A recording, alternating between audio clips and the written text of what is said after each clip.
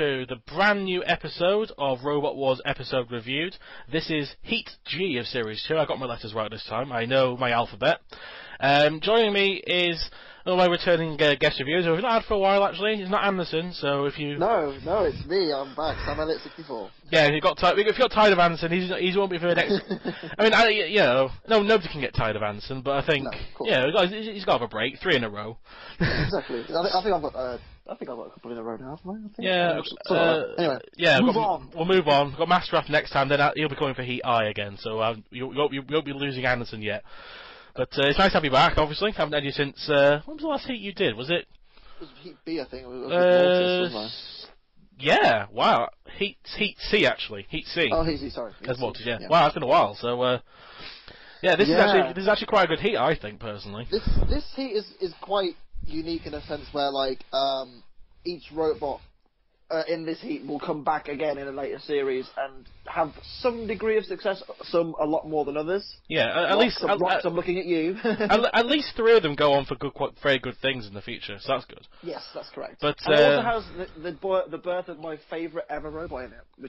So we'll get to that one when we get to it. You have to tell me which one it is when we get to that one. We will. Yep. But we'll start with... there's no other robot to start with, really, than the one who wins the Heat. And the reigning champions. Yeah, they've only won one series, and, why not come back for another one? We have Roadblock.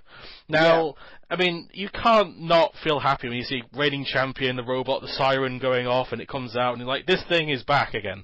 The hunk of road signs in the shape of a wedge. Although I will say this, okay, one design choice I didn't really understand is they changed the steel armour on the sides to aluminium. Yeah, that's a bit weird. I think that was a weight-saving thing, because they introduced the weight limit for this series, didn't they? Yeah, but it made it a little bit faster as well, actually. Slightly. It did. Other than that, though, very, very little changes. The saw's a lot better this year. Actually, it did get a few decent hits with the saw this year. And last year, all it did was knock a bit of fur off, Nemesis. This time, they actually did a bit of damage, like King Buxton later on. They did a decent bit of damage and stuff, and it got used a lot more. Yes, absolutely. But in terms of like the design, it was simple and effective in the first series, and nothing's really changed. It didn't need to be changed. Exactly. It was simple and effective, and let's face it, the guys were fantastic drivers. Let's face it, they just turned up and did exactly what everyone expected them to do. I mean, there was a bit of a scare. Oh yeah, right at the beginning, yeah. But we'll get to that when we get to that. It's sort of the catchphrase for the series. We'll get to that later. We'll get to that later. Yeah, but I mean, the other thing really about, this one of those robots that didn't need to change from Series 1 to 2. Like, there are some robots later on, like Napalm, really should have improved in Series 3 and didn't end up doing that. But this robot, honestly, it's still a grand finalist. Coming 4th in the entire series after not changing design too much is pretty achievement. Good achievement, exactly. Really. I mean, obviously they come up with even though it looks like the same robot, they do come up with Beast of Bobbin next year, which is a different robot, but it's basically the same design, but it is built differently. It's not just Roadblock with a different skin. Yeah, it was like they did redesign it to a point. Obviously, it was the same design in effect, but it was redesigned internally and stuff like that, wasn't it? Yeah, it's sort of like Behemoth, where it looks very similar, but it's been changed slightly enough to... Yes, yeah, exactly. Yeah, but it's not much to say. Roadblock, what was said about Roadblock really applies in Series 1, applies in Series 2, really. Just the armour's different, and the saw's better. It's not fast, but it's well controlled. Definitely. And, let's face it, Roadblock didn't need to be changed too much because it won the first series, so... Agreed, and this is also one of those few robots that actually makes it to every single... And it never fails to make a semi-final, which is quite an achievement. I mean, I think Hypnodisc is one of those ones. Chaos 2 didn't actually. Hypnodisc, Firestorm, Tornado, and that's it. No, Tornado lost against Deertor, didn't it? Oh, it did, didn't it? Yeah, of course. So Beast of Bobbin / Roadblock, Firestorm, and Hypnodisc are the only ones, as far as I'm aware. Technically, that could be in more than one series. Oh yeah, because obviously like Storm 2 and Tornado account then obviously. But yeah. So it's a decent achievement anyway to have. Actually, no, S3 as well. S3 didn't. That's true. Yeah, they won a few, but yeah, and Dominator 2. Ignore me. Oh yeah, there's loads. Actually, not too many, but there's a decent select group. That's very true. Yeah. And robots in that group, because obviously Beast of Bobbin counts as their robot, so yeah, it's just a nice solid robot, and it's pretty obvious who's. Unless some massive technical aspect happens. In fairness, you say it was obvious that Roadblock was going to win. I don't think it was as obvious as like some of the heats. I think this heat had quite a number of good competitors in it, and some not. Yeah, that's true. I mean, when we get to Heat L. Yeah. Oh, jeez. I mean, it's weird, like, after this heat, I think after King Buxton's heat, the heats do start to stale a bit, the last three. They really don't give anything that spectacular in the last three heats. Yeah, that's true. But anyway, we'll move on from Roadblock. Yes, we will, and we're going to get into another robot, which has appeared quite a few other times in the series, and unfortunately never managed to see too much success, unfortunately, which is a shame, because I always quite liked it. It's Onslaught. Onslaught before the scoot actually moved. And before it had a self-writer as well. Yeah. I mean, Series 3 proved it needed a self-writer. I mean, Series 2, it could have been flipped potentially, but... It was interesting. Onslaught was interesting because it was very nippy around the arena floor, and had fantastic acceleration, and as well as that, had a lot of pushing power. Its biggest problem, though... It was interesting to say, like, as I was saying in the pits, like, before, while they're doing the gauntlet and stuff, they do the little interviews with the team, and they're saying that they could do 30 miles an hour, so they obviously geared it very, very, very low, so it must have had a tremendous amount of torque. But its biggest problem, though, is its steering.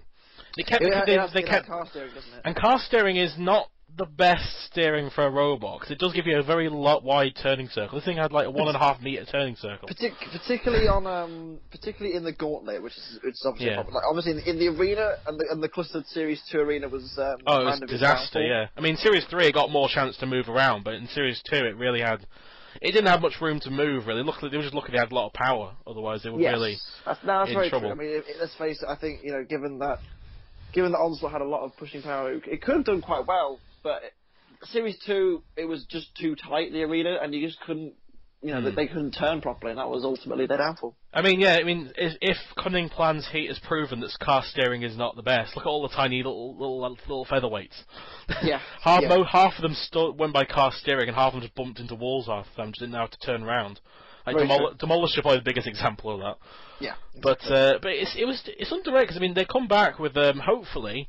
As of time of recording, they might get into the Series 2 of the 2017 series. We'll see, because obviously, this is a team that still functions today. Obviously, their robot nowadays is called Kapow. It's a decent flipper, isn't it? They also built Savage Toaster, I think, as well. Oh, they did. That was in BattleBots, wasn't it? I think. That's correct. Yeah. Yeah, I think it might have been the same team, but yeah, they are quite a good team though. I think Onslaught got very lucky in Series 4. Having to pull out. Because let's face it, I wouldn't call their competition in their particular battle that amazing. It was terrible and Cerberus, wasn't it? And Cerberus is not threatening in the slightest, I'm sorry. Especially without a head. Especially without a head. Possibly not. But anyway, Onslaught in this series, fantastic first attempt, I have to say, looking at it from that point of view. But it didn't have the quality it needed to beat Roadblock, did it? And also, the arena kind of played to its disadvantage because it's very high ground, it's a turning circle, sorry, but yeah. Yes, but now for another robot that you think, of course they had to put these two in the same heat, because it's almost like they had to at this stage, it's like a tradition. Nemesis. Nemesis got drew against Roadblock for a second series in a row. I mean, not as unlucky as Dundee and Loco against Cassius at the same time, but this but it's a pretty funny coincidence that these two happen to be in the same heat again. I do like Nemesis they try to improve it. I mean, but it looks exactly the same, mate. Yeah, it was like they improved it by putting like the scorpion pincers and stuff like that on it. Because they did so much, the scorpion. But they literally in the interview before, as I said, with Onslaught in the gauntlet, they literally said that everything is this. They said, this is the same, this is the same, this is the same, and this is the same. Pretty much. So did you change anything? Nah, not really. Some spikes on the front, and that's basically all they got, and also a kebab. Oh, the kebab. Never got. In the battle, we didn't get to see it. Luckily, in the Grudge Match special, which we'll get to the end of the series, they do finally get a chance to get the barbecue done. But unfortunately, in this heat, they don't get it. Unfortunately. No, but Nemesis. Sorry, Nemesis. I'm predicting the future here. Nemesis. In its one of its final appearances. We will see it one more time. Oh, of course, yes, we'll see it in the international special, won't we? International League. But Nemesis, it's just solid. It doesn't break down. That's true, actually. It's weird how a lot of these joke robots tend to be quite solid. They just tend not to die, don't they? Like, Sir Chromalot's doesn't break down that much. Robo Chicken never broke down. Napalm took so much punishment. Just refuses to die. No, which is annoying, because it's one of the robots I really wish would die, but it just never seemed to constantly die. Plunderbird... Oh, okay, no, Plunderbird, they were probably the early joke team that did seem to constantly have problems. In Series 3 was their worst performance period. Yeah, of course, yeah. But, Nemesis is just there. It's just there. It gets a lot better. It gets a lot better when they actually become slightly more serious, and they're... I'm not saying they still stay silly, but at the same time they actually make it a robot that can fight, not just a robot that potters around the arena and sets on fire a bit. Yeah, exactly. it still sets on fire though. Move on, and possibly one of my favourite robots in the whole series, obviously including its sequel. It is Killerhurtz. And this is the robot. This is my favourite robot ever. Well, not this one, but obviously Terahertz. Oh, Terahertz is absolutely brilliant. Terahertz is my favourite robot of all time, and Killerhurtz is... I still love it. I mean, it's great. It's fast. It has a good weapon. Well, not in Series 2. Okay, the weapon's not as good in Series 2, but it's still fast around the arena. It would have caused damage, I think, had it not broken down against Roadblock. You saw it in the trial in the skills. It just flies out of the traps and just smashes all over straight away. It's an amazing robot. I mean, the one thing I think that Series 2 Killerhurtz has the biggest problem, however, I think... Reliability, yeah. It just seems to get... I mean, twice it seems to get stuck in forward drive. Like, even as an intro, you get stuck in forward drive, and in the Skittles, you get stuck in forward drive, and then... Yeah, it got stuck in reverse, didn't it, in the trials? Was it reverse? Was it forward? Yeah, it got stuck against... reverse. Oh yeah, and then it just break down in the battles, and it's just like Series 3. It had so much potential in Series 3, and oh, Killerhurtz, what a shame. I mean, John Reed's so used to driving in America that you forget the pit exists. I will say that Killerhurtz in this series, it was what an introduction. I mean, it's just it's a fast robot that with a weapon that actually moves. Yeah. That's a big improvement over a lot of the robots, but. Better things to come from Killerhurtz, and obviously Terahertz later on, but...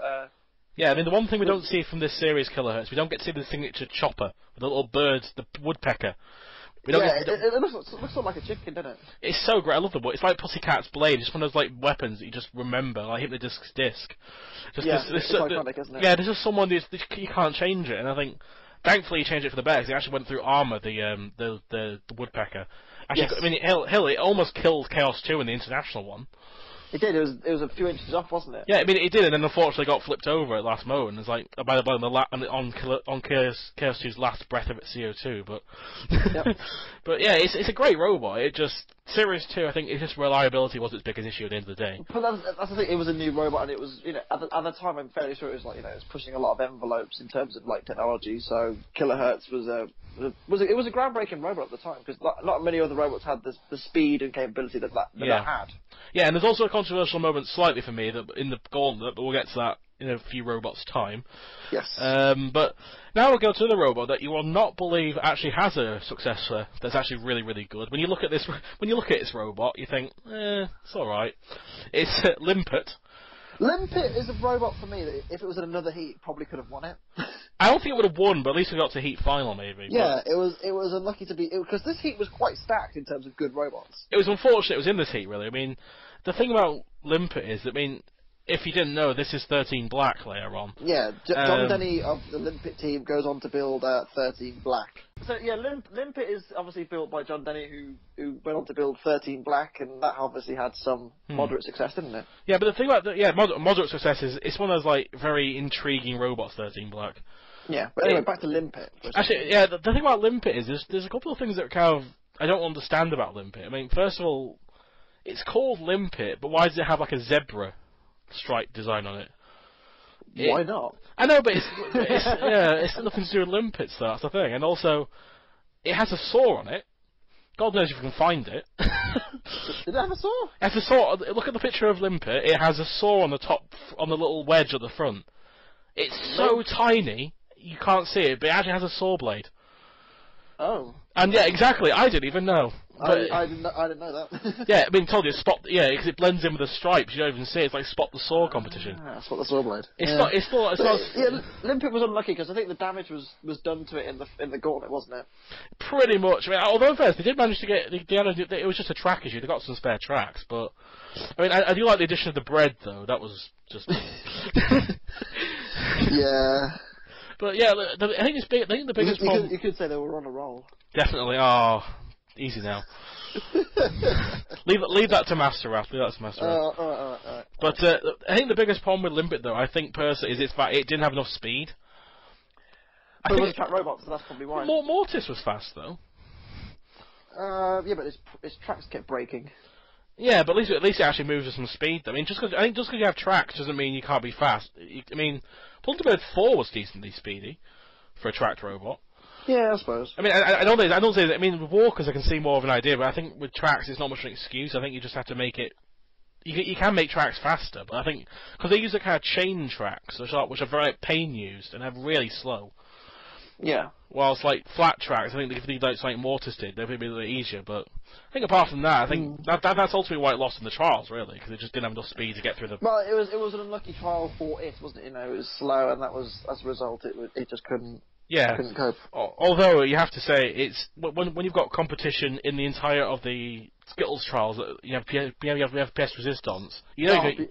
What an amazing machine that is. We've discussed. I was like, what was wrong? It's like Psycho Sprout in Series 1. It's one of those robots I keep mentioning in Series 2, but it's too good not to mention.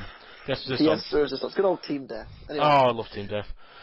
Anyway, we'll get to Limpet for now. We'll get to the final robot on this heat, and it's pretty obvious why this one lost in the gauntlet, to be honest with you. This is the one. All right, this is the one of my least favorite robots. Like top 10 in Series 2. It is ROX, Radio Operated Combat System, which is pointless to make. I love the teams that try and make an acronym that someone makes them like, oh, like Tracy, you know. I don't remember Tracy's one. I don't remember. I can't. I know Wasps is what a silly project. Yeah, actually, Smids is actually probably the funniest one, really. So, well, that's actually genuinely a thing about motorcyclists, isn't it? So. Yeah, it works, but ROX just like to make it sound really cool. It's just this garish, multicoloured 70s box with a. Like, our forklift on it. Then you got ROX 2. The less we talk about ROX 2, the better. Okay, we won't discuss it. First, we have to talk about ROX, the original ROX, and the thing about ROX is, this is what I don't get about ROX is, right, having a forklift that moves at the speed of gravity, fair enough. Yeah. But the biggest problem is, right, it's not touching the ground. What confuses me about ROX is this. I don't really understand. I mean, you know what? I couldn't build a robot, so fair play for even getting it together in the first place. Of course, yeah. This isn't me mocking the team. This is just me questioning a bit of a design choice. I did the same thing with Draven in the 2016 series and Extreme, but whatever. With ROX, my design choice is this: why do they have the high bit of the? I say wedge. It's not a wedge, but the high bit of the wedge at the back, at the front. I don't understand. It's really confusing. ROX is just an interesting design, which just is just there. I don't hold any memory of ROX at all being. Actually, and a testament actually to show you how this actually does segue to the gauntlet actually quite nicely actually, because one thing that I think are very unlucky is that they got very far in the gauntlet. Yeah, that's the thing. 8.8 meters. This is one of the furthest gauntlet runs in the series that went out, I believe. I think, no, Phoenix was 8.9 meters, they were 8.8. So it wasn't far off. Oh no, basically, 8, almost 9 meters would be good in summer heats, but unfortunately, Limpet and Onslaught and all that managed to get near around the second pit, near the Sentinel, so obviously... Yeah. There you go. I completely forgot. The Sentinel's a thing now. Yes. This is the digger. The digger the massive book. This is the first heat it appears in. I mean, yes. Basically a massive middle finger to people who want to be in the last 6 heats.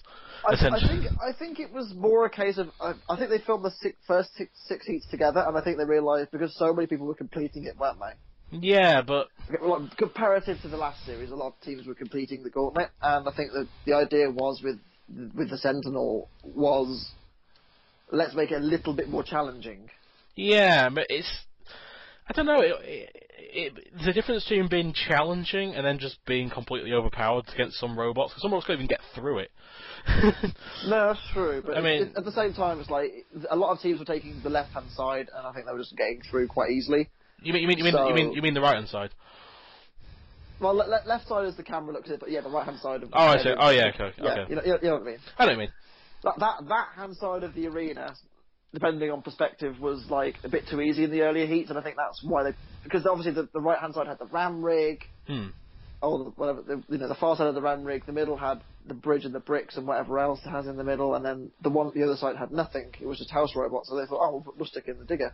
Yeah, I know what you mean, but actually, one thing I always thought about Rocks when it got eliminated is that how long did it take to do that paint work? Mate, in fairness, you have to say, Rocks with its paintwork was certainly eye-catching. No, I'm not saying it's bad. no, I'm not saying it's bad. I mean, I'm just saying I just thought after all that effort, painted that. I will say this though, that Rocks, from where it was in Series 2 to where it ends up in Series 6 and 7, with the other version of Rocks. Yeah. That's a vast, improvement on what it was. Actually, the similar thing happened because obviously there was the Kraken, which came from Victor. Yeah. I mean, Victor's awful. You have to think, right? As much as Rocks didn't do very well in this series, and they really didn't. Okay, it was a bit of garbage. Let's be real here. Yes, it really was. It was. The evolution from that to Rocks in the later series is enormous. It's absolutely amazing. Enormous. It's very good, isn't it? You could say the same thing with Pièce de Resistance to Mortalis or Groundhog to Firestorm. Yeah, like as much as the robots in this series are, can be a little bit pants, and they really can be. Yeah. Like the fact that they've come back in later series, and Megahertz. Look at that in series 7. Of course, yeah, and Megahertz LD was awesome. It's decent, yeah. But anyway, that's enough about Evolution and Rocks. Yeah, I mean, the Gauntlet. Yeah, the Gauntlet. I mean, there wasn't really the only big highlight for me in the Gauntlet was Nemesis really is setting on fire this time. I mean, it went up entirely, and somehow it managed to complete the Gauntlet, even though it didn't actually completely go over the line. Killerhurtz gets half its body across the line. No, didn't count. I know, that was a load of... Although, that was a bit rubbish, wasn't it? It does have the most spectacular Gauntlet run, though. Yeah, it just went straight through, and just tries to end Dead Metal, and just couldn't quite do it. I mean, Limpet got completely screwed over with its tracks, just getting... I mean, that's the Killot being mean right there, just going straight for the track. Yeah, I honestly think that, because they did say they didn't have any spares, I believe. I believe that wasn't the case. That's what held it back together. Oh, I see. That's unfortunate. So, I think that could have compromised them, possibly. But possibly. Yeah, I mean, in a similar vein, Onslaught managed to lose its tyre somehow. Yeah, it got shredded, didn't it? I don't know how they got shredded though. It didn't really go over the spikes or anything. Didn't it go? It went the ram rig side, didn't it? No, it went on the Sentinel. It did it on the Sentinel. No, it had one of the funniest Sentinel runs though, because it just kind of got pushed into Dead Metal's open claws. Yep. I mean, it was a bit like Flirty Skirt. We got pushed into the near the pit. It's just a lot. If the Sentinel gets a robot at the right angle, it's pretty funny. But and Roblox just decided almost fell in the pit, going towards. It just kind of drove onto the pit almost. Like, oh god, oh. Yeah, if Roblox had gone out, and they're like. Well, anyway, we'll get to the trial now. I think because I think the Gauntlet wasn't that memorable. There was a few interesting bits. I mean, at least every robot had something going on in their one, but that was basically it. Yeah. Now, the trials was the Skittles again, because obviously they couldn't come up with the 12 unique trials, that you reused the last 6. And the Skittles it's not the worst one, but I prefer things like Sumo, that kind of thing, when it's done right. Yeah, but I will say that this was interesting because Roblox nearly went out. Somehow. I don't know how Roblox got so little barrels, considering it's such a massive robot. I think it's because the barrels were quite bottom heavy, and I think because of that they didn't fall over because Roblox is quite slow. Maybe. But Nemesis only just beat them, didn't they? So that's true, actually. And actually, Onslaught and Killerhurtz had very good runs. Actually, particularly Killerhurtz. Killerhurtz was amazing. I loved watching Killerhurtz in this. This is where I was like, hello. Even if they did manage to get stuck in back reverse drive right at the end of it. Yeah, but this is just one of those things, wasn't it? Yeah, it was all down to Limpet just not having enough power, really. If it was faster, if it was like mortar speed, they could have knocked Roblox out pretty easily. But unfortunately, they were just kind of going too slow through the gauntlet, and the barrels weren't folding fast enough. So, although it is quite sad to say, though, that Limpet, who came last in this particular trials, got more barrels than the winner in Napalm's heat. It says a lot, doesn't it? It shows you how shit the first heat was. Yeah, nice napalm. No, that was the Demolition Demon who won there. No, even still, nice napalm. Oh, of course, yeah. I mean, Nemesis probably had the most smooth run, just kind of going straight in. It didn't look like it was knocking a lot of barrels down. So you see the numbers, you go, wow, actually more than Roadblock. Yeah, but I think that really surprised a lot of people. Yeah. I think Roadblock were very fortunate there. Most if they'd have gone out, they'd been quite. That would be something. That would have been the shortest a reigning champion would have gone out in. But they did survive. They did survive somehow. Move on to the arena. And Killerhurtz broke. Yeah, Killerhurtz against Roadblock, and Killerhurtz. Actually, he got one good axe swing, and that was it. He got tacked onto. It broke the little toy on the top of it, which I found quite sad. Yeah, and then it got stuck with Matilda, and it got broken. And that was it. Killerhurtz was done. It's how reliable Killerhurtz is in this series. Yeah. It's his biggest downfall. As I said, Series 3, it was a good robot. Series 4, it was quite good as well. And then Series 5, Terahertz appeared, and the rest is history. Indeed. But I will say, I enjoy watching Killerhurtz. Oh, no, I love watching Killerhurtz. It's great.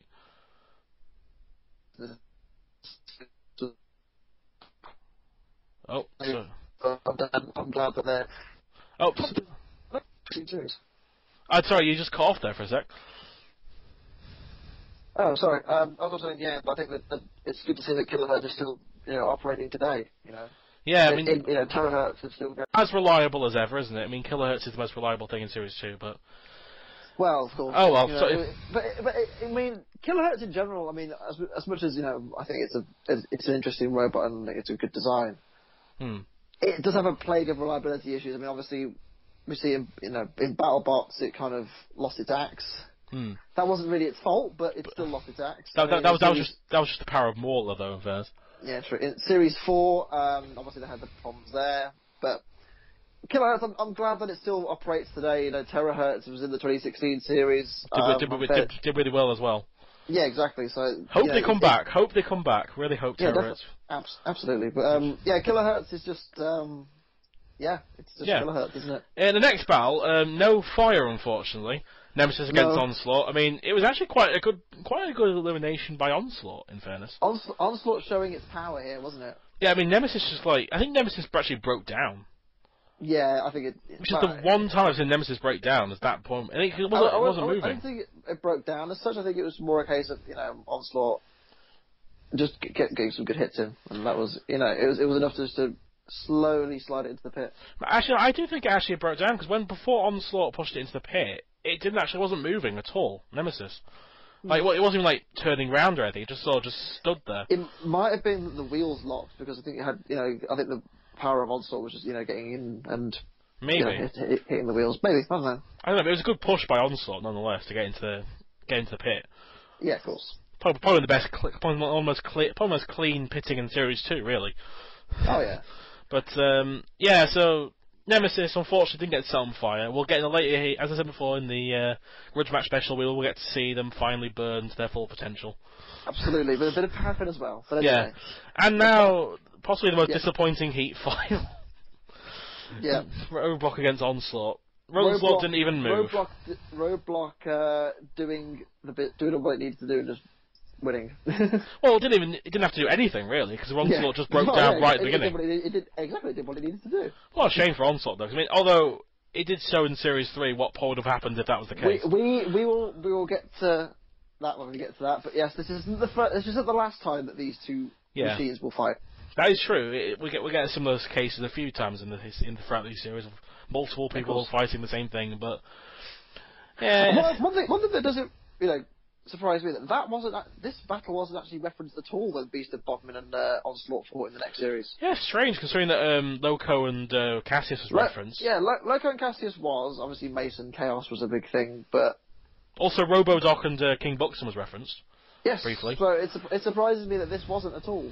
Yeah, it's kind of strange. I think maybe because there wasn't much of a battle, maybe. Was like even still, it's like, oh yeah, but well, last time this was a bit of a false start. Last time Arkansas didn't move and Roadblock went easily. But I don't. Maybe because there wasn't any sense of like revenge or something. It was more literally just they just broke down. It wasn't like a case of they lost. Yeah, I suppose. But anyway, that's the end of that heat. The Onslaught didn't really do anything.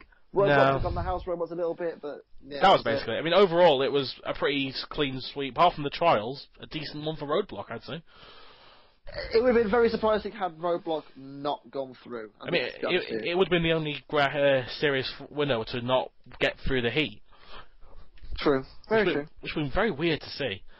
Yeah, definitely. I think, Roadblock is... it was fortunate in some senses, but I think, it did the job it needed to, didn't it, really? It really did, let's face it. But, I mean, do you do ratings for heats? I always forget. Do you like Ransom that does like an 8 out of 10 or whatever? Well, this heat was probably one of the better ones of the series. It really was. I mean, all the robots were, they all worked, which was good. There's no real bullshit from the house robots in the end of battles, which is nice to see. No, there wasn't. This was a solid heat. I mean, I don't know if I can give it a rating or not, but I mean, because it's kind of difficult to do so because of the standard of the robot at the time. But it was entertaining enough. We got to see, some future legends born. And obviously some legends from the first series return. So hopefully, as I said, we've seen a good heat here, and I think hopefully we can keep that going. But obviously this is series 2, and we probably won't. Yeah, that's true. I mean, also I don't do ratings because I find them a bit arbitrary, personally. Yeah. But I think Anson probably would give it like a decent 7. So it's solid. It's solid enough. It was a solid. This was a solid heat. This was a very solid heat. Yeah. I mean, it's not the best heat in the whole show, but it's definitely at least one up there with decent episodes. Yeah, of course. By Series 2 standards, of course. Yeah, absolutely. I mean, next week we do have quite a lot of decent robots as well. Well, I'd say decent. One decent robot. Let's face. We'll get to next week in a bit. Oh yeah, I always do a little preview of who's next. I mean, obviously we have the first self-writer. Yeah. Wow. A robot that will end up fighting the self-writer again. Yeah. Yeah, twice. And it doesn't go well, as you expect. You never know. You never know. We have possibly one of the stupidest robots in the series. It just looks like a thing on stilts. I don't know what it is. I mean, the disc doesn't touch the ground at all whatsoever. Somehow this is Firestorm. Again, I'm surprised myself that, we discussed earlier about the evolution of robots going forward. Obviously, Rox, we said, was a vast leap forward. This is one series away.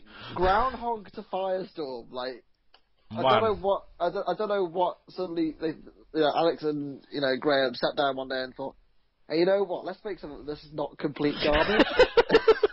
I mean, I love Graham Bone and Alex Mordew for making Firestorm. I mean, Firestorm's my personal favourite robot ever, but I will call out and say Groundhog is a piece of shit. I'm sorry. Groundhog is just... It's innovative. What is Groundhog? They're trying to... I don't know, we'll save this for next time, but I don't like this one. Spoilers. Yeah. Also, I don't like Wizard, because Wizard is just a stupid robot. Well, Wizard's a wizard, isn't it? It's so stupid, though. It's just like, it doesn't know where it's going. There's no indication of where the forward is, like Whirling Dervish last time. You don't know where it's... This thing got... Oh, God. This is going to be a fun heat next week. Next time. Yes, it is. Oh, who was that? Oh, Sting. Somehow this is S3. Again. Yeah, I know. I mean, two surprising robots coming out of although Sting is probably better than Groundhog in a lot of ways. It's still surprising to see the transformation from Sting to Sting 2, then S3. Yeah, it's quite a leap. And then obviously last we have the only robot that doesn't return actually. Rampage, who got possibly screwed over the most by a spike, more so than Scarab in Series 3, or Behemoth and Berserk 2. But yeah, well, we'll see. We'll see, but overall, it's not the best heat next week. I think it's made up by one great robot next week. I think that's pretty much all you look for. It's like, I remember looking at a comment on that episode, and someone said, "Oh, it's that heat with that one robot you remember, and every other robot you forget." That's basically that's what next week's heat is. It's very similar to something like. Very similar to very first heat of Series 4 with Chaos 2. King Buxton's not the best, best of the veterans and Medusa 2000. What's that? What's a Timber the Drum? Atomic doesn't do much in this heat because it's not good yet. And then It was the first attempt, wasn't it? yeah, and indefatigable is indefatigable. That's all it is. That's all it is. Yeah, But- that's true. But yeah, I mean, it's decent heat overall. This one, okay-ish next week, but yeah. I definitely would say Heat L is probably one of the better ones in the. Oh, Heat L. Sorry, Heat L. Ignore me. I was watching Heat L earlier of a Oh. series. I can't remember which one. Oh God, don't say Heat. I mean, if you meant this series, oof. No, this. Yeah, no, I was. Yeah, I was watching. Yeah, it was this series. Yeah. Oh God. I know. Don't Anyway, even say that. Anyway, that's that. All right then. So you'll be joining me. When's the next heat you join me? I think it's for K actually. That's Plunder. Oh no, it's not K. No, Oh, right, hold on. I don't know. We don't. Oh, the A series too. Yeah, you're joining me for K, which is Thunderbird. Hee. That'd be good. So yeah. hey, at least you got Thunderbird. Come on, that's something. I love Thunderbird. yeah, it was Thunderbird. Well, anyway, yes, that was Heat G. Not a bad heat, and That's all. I'm Jimjamatic. I'm signing off. And I've been Samuel 64, and we'll see you next time. See you then. Bye. Goodbye.